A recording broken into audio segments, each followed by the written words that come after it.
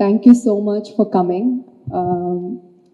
ಒಂದು ಸರಳ ಪ್ರೇಮ ಕತೆ ನನ್ನ ಕನ್ನಡ ಸ್ಯಾಂಡಲ್ವುಡಲ್ಲಿ ಫಸ್ಟ್ ಪಿಕ್ಚರ್. ತುಂಬ ಖುಷಿ ಆಗ್ತಿದೆ ಬಿಕಾಸ್ ಇದರಲ್ಲಿ ಒಂದು ಜರ್ನಲಿಸ್ಟ್ ಪಾತ್ರ ಮಾಡಿದ್ದೀನಿ. ಆ್ಯಕ್ಚುಲಿ ರಿಯಲ್ ಲೈಫಲ್ಲಿ ನಾನೊಂದು journalism student. So I am very happy that I go to work with Suni sir, Vinay, and thank you so much entire ಟೀಮಿಗೆ ತುಂಬ ತುಂಬ ಧನ್ಯವಾದಗಳು. ಇದೊಂದು ಪರ್ಫೆಕ್ಟ್ ಫ್ಯಾಮಿಲಿ ಎಂಟರ್ಟೈನರ್.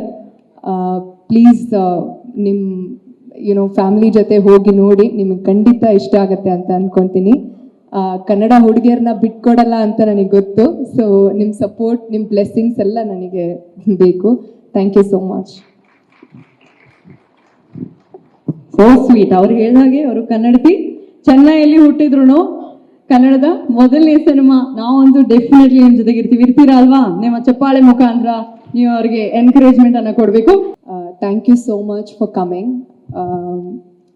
ಒಂದು ಸರಳ ಪ್ರೇಮ ಕತೆ ನನ್ನ ಕನ್ನಡ ಸ್ಯಾಂಡಲ್ವುಡಲ್ಲಿ ಫಸ್ಟ್ ಪಿಕ್ಚರ್.